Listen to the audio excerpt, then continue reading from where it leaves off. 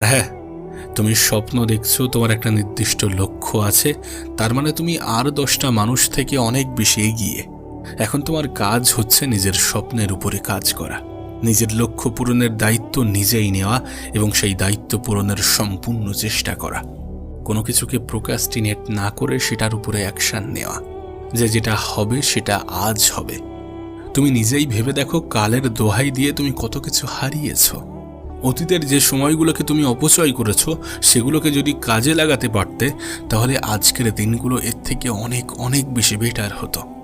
যাই হোক, যেটা চলে গিয়েছে সেটার উপরে আমাদের নিয়ন্ত্রণ নেই, তবে যেটা আছে সেটার উপরে আমাদের নিয়ন্ত্রণ আছে।